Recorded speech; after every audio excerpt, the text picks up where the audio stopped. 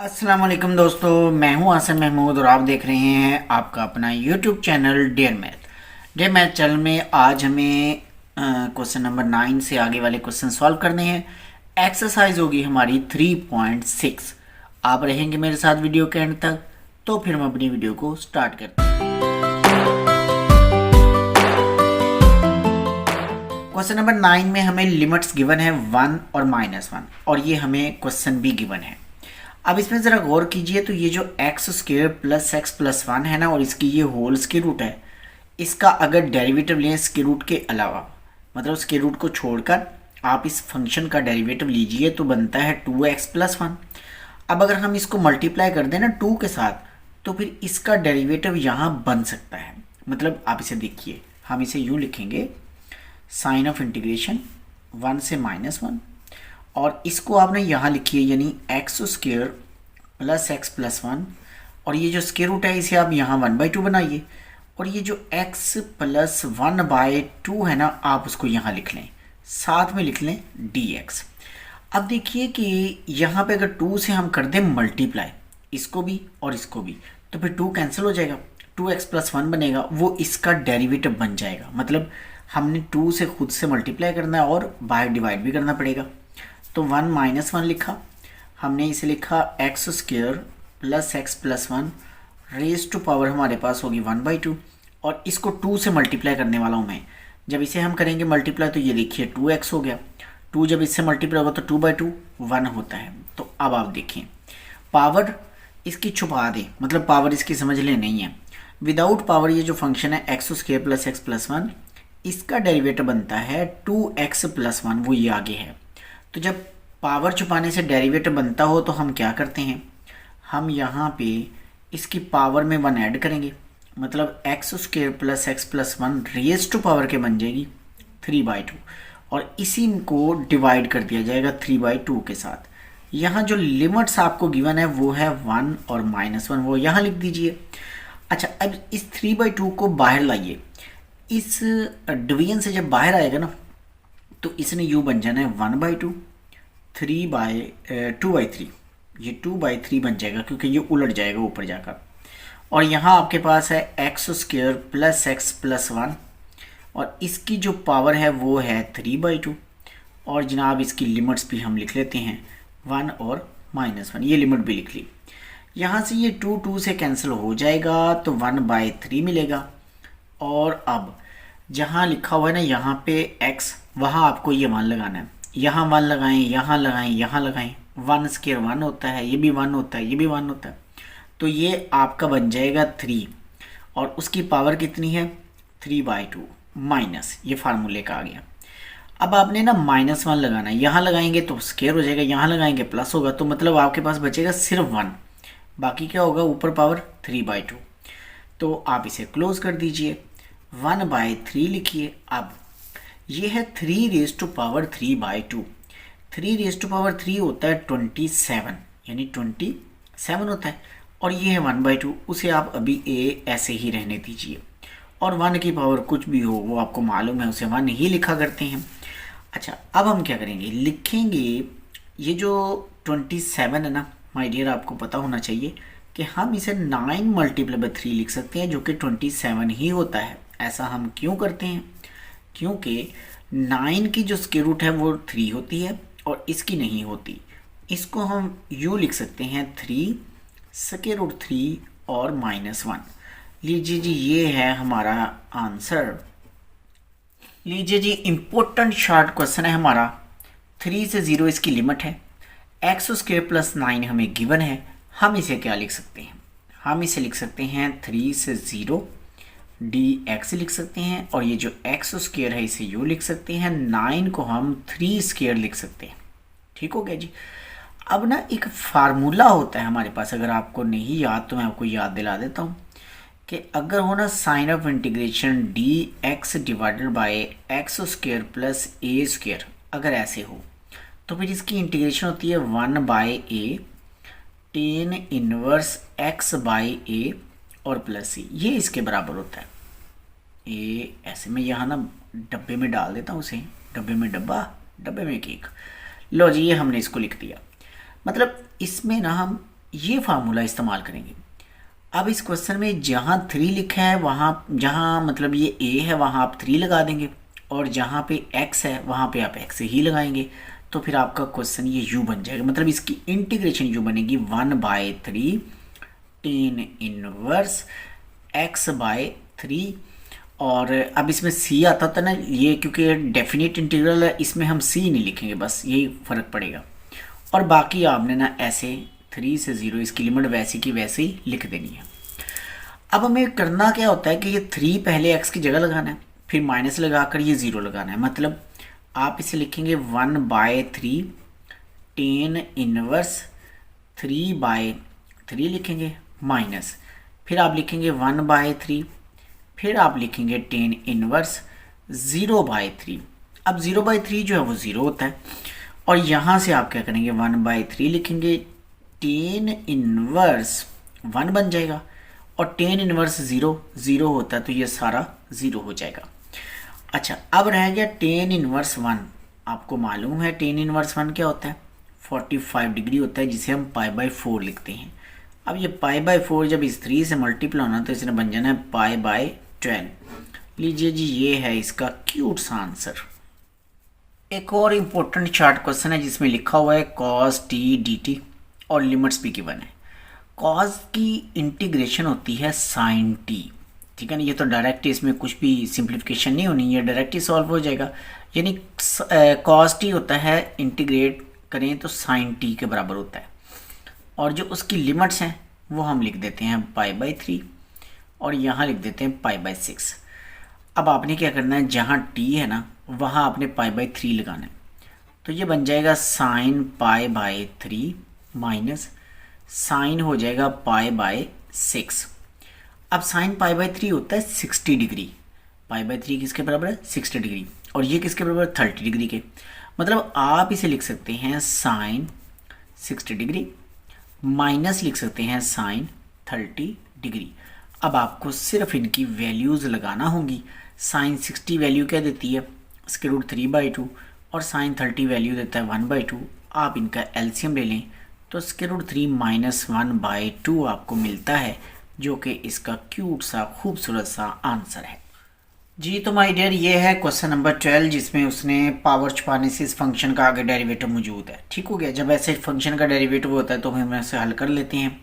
तो आप देखें ना, इसका अगर हम डेरिवेटिव लेते हैं तो x का होता है 1/x का होता है -1/x²। मतलब इस सारे फंक्शन का डेरिवेटिव आगे है। इसको पुट करके हल कर लें तब भी हो जाता है, अगर डायरेक्टली इसको हल करें तो तब भी हो जाता है। जब डेरिवेटिव आगे होता है तो फिर हम क्या करते हैं कि पावर में 1 ऐड करते हैं, उसी से डिवाइड कर देते हैं। हम इसे डायरेक्ट हल कर देंगे। मतलब हम इसे यूँ करेंगे कि लिखेंगे x + 1/x, इसकी पावर जो है ना 1/2, उसमें 1 ऐड हो जाएगा 3/2, और उसी 3/2 से हम डिवाइड कर देंगे। और जो लिमिट है ना इसकी, ये लिमिट, ये है 2 और ये 1, लिमिट हमने वैसे की वैसे लिख दी।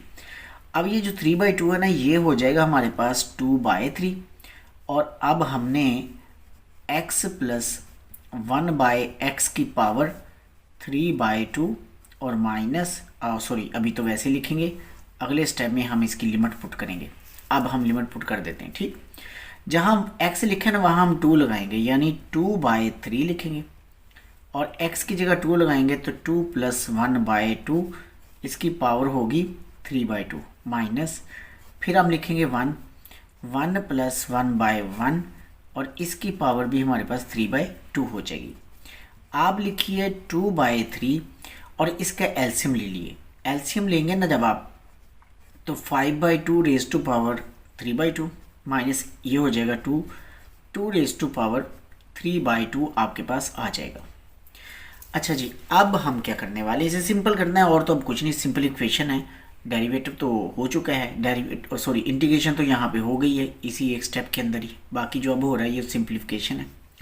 तो फिर आप इसे कैसे लिखेंगे, आप ये जो 5/3 है ना, ये 1 to 5 के बराबर होता है, और 2/3 भी वो 8 होता है, और जो ऊपर है ना 1/2 वो यहाँ रहेगा माइनस। इसी तरह 2/3 8 होता है, और इसकी भी पावर 1/2 यहाँ बच जाएगी। तो माय डियर आप इसे और सिंपल कर सकते हैं कि ये जो 1 to 5 लिखा हुआ है ना, 1 to 5, इसे आप लिख सकते हैं 5 स्क्वायर रूट 5। और इसी तरह ये जो 8 है, 8 को क्या लिखा जा सकता है, 2 स्क्वायर रूट 2, क्योंकि 4 मल्टीप्लाई 2 8 होता है, 4 की स्क्वायर रूट 2 होती है, माइनस इसी तरह से हम इसे भी लिख सकते हैं 2 स्क्वायर रूट 2। ठीक हो गया जी। एलसीएम लीजिए इन दोनों का, 2/3 आ गया।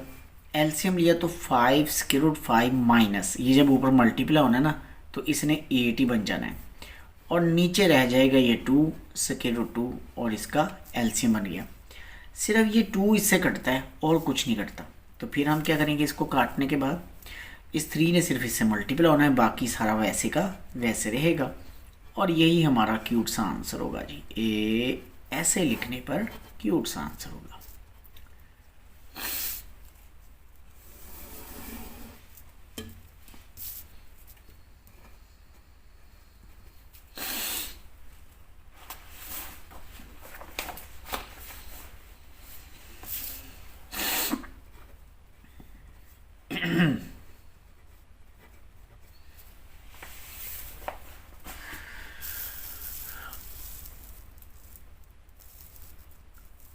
इम्पोर्टेंट शार्ट क्वेश्चन है जी आपके पास, बिल्कुल आसान और इम्पोर्टेंट। बस यहाँ आपको याद ये रखना है कि log x की इंटीग्रेशन नहीं होती। तो फिर क्या करना पड़ता है, हमें ये मालूम है कि 1 तो हर किसी से मल्टीप्लाई हो रहा होता है, इसलिए हम इस 1 की मदद से इसे हल करेंगे। अब इस log x को वैसे लिखेंगे, और जो 1 है उसकी इंटीग्रेशन x होती है, और ये जो इंटीग्रेशन यहाँ इतने हिस्से की मुकम्मल होगी ना, उसकी लिमिट यहाँ लिख दीजिए। माइनस साइन ऑफ इंटीग्रेशन वैसे आ जाएगा और उसकी लिमिट्स भी। और अब ये जो इंटीग्रेशन की है वो लिखें, और जो log x फंक्शन आपने छोड़ा उसका हम डेरिवेटिव लेंगे और dx लिखेंगे। ये हम क्या कर रहे हैं भला, इंटीग्रेशन बाई पार्ट्स लगा रहे हैं। अगर आपको ये नहीं आता तो आप 3.4 एक्सरसाइज वाली वीडियोस देखिए, शुरू वाली वीडियोस देखिए, वहाँ डिटेल से ये चीज़ें जो है ना वो बताई गई हैं। तो अब आप इसको x को लिखिए, log x लिखिए, और इसकी लिमिट्स हम अभी नहीं लिख रहे, अगले स्टेप में हम इसकी लिमिट्स को लिखते हैं। और यहाँ पर हमारे पास है 2 7 dx। अब जहाँ x है वहाँ आपने 2 लगाना है, तो 2 log 2 माइनस जहाँ x है वहाँ आपको 1 लगाना है, तो log 1 आ जाएगा, और माइनस। अब आपने dx की इंटीग्रेशन लेनी है तो वो x होनी है, और लिमिट्स आप यहाँ पे लिखते हैं। फिर ये क्या बनने वाला जी, ये बनने वाला है 2 log 2 माइनस log 1 0 होता है, माइनस। अब जहाँ x है वहाँ आपने 2 लगाना है और फिर आपने 1 लगाना है, हमें मिल जाएगा 2 log 2, और माइनस 2 माइनस 1 1 होता है, लेकिन ये बाहर वाला माइनस उसे माइनस 1 बनाएगा। तो ये आपका खूबसूरत सा आंसर आ जाएगा जी। तो हम इसे इंटीग्रेट करना चाहते हैं क्वेश्चन नंबर 14 में। आप इन पर दोनों यानी दोनों फंक्शंस पर अलग अलग से इंटीग्रेशन अप्लाई कीजिए। 2 से 0 e raise to power x/2 dx कर दें माइनस 2 से 0 e raise to power minus x/2 और dx आप कर दीजिए। आपने इसे इंटीग्रेट करना है, तो याद रखिए e raise to power x की integration e raise to power x होती है, और अगर फर्दर कोई डेरिवेटिव बनता हो तो इंटीग्रेशन में हम उस फर्दर डेरिवेटिव से डिवाइड करते हैं। मतलब एक ये भी इसका तरीका होता है कि आप इसे लिखें e raise to power x/2, और इस x/2 का फर्दर डेरिवेटिव है 1/2, उससे हमने इसको डिवाइड करना है। इंटीग्रेशन का रूल बताता है कि जो फर्दर डेरिवेटिव है उससे डिवाइड किया जाए। इसी तरह यहाँ बनेगा e raise to power minus x/2, और माइनस x/2 का जो फर्दर डेरिवेटिव है वो माइनस 1/2 बनेगा, और उसके साथ आप इसको डिवाइड कर देंगे और 2 से 0 यहाँ लिख देंगे। अब हम क्या करेंगे, ये 2 लटकर ऊपर आएगा, ये 1/2 है ना, ये 2 बन जाएगा, ये 1/2 ये भी 2 बनेगा, लेकिन ये माइनस जो है ना ये से प्लस कर देगा। अब हम यहाँ लिखते हैं इसको, मैं आपको ज़रा लिख के बताता हूँ। तो ये बन जाएगा आपके पास 2 e raise to power x/2, ये बनेगा, और इसकी लिमिट अभी 2 से 0 रहने देंगे हम। फिर है माइनस माइनस प्लस, फिर 2 बनेगा, लेकिन e raise to power minus x/2 है, ठीक है जी, और इसकी लिमिट्स वही 2 से 0 वैसी की वैसी रहेगी। अब आपने जहाँ एक्स है वहाँ पहले 2 लगाना है और फिर 0, तो फिर ये बन जाएगा e रेज टू पावर 2/2 और minus e raise to power 0। ये हमने इसको हल कर लिया। अब बारी आ गई इसकी, ये आ जाएगा 2 e रेज टू पावर -2/2 और minus e raise to power 0। हम इसे लिखेंगे 2 और e रेज टू पावर 1, और e रेज टू पावर 0 क्या होता है आपको पता है, वो भी 1 होता है। फिर यहाँ से 2 बचा, इधर से क्या बचा e रेज टू पावर -1, और ये क्या बचेगा, ये 1 बच जाएगा। अच्छा अब ना ये 2 इन दोनों से कॉमन लिया जा सकता है, तो जो बाकी बचेगा वो ये e बचेगा, और क्या बचेगा e रेज टू पावर -1, और ये -1 मिलके दोनों हो जाएंगे -2, u बचेगा। तो आप इसे यूँ भी लिख सकते हैं कि e +1/e और -2, आप इसे यूँ भी लिख सकते हैं। तो बस यही इसका आंसर होगा जी।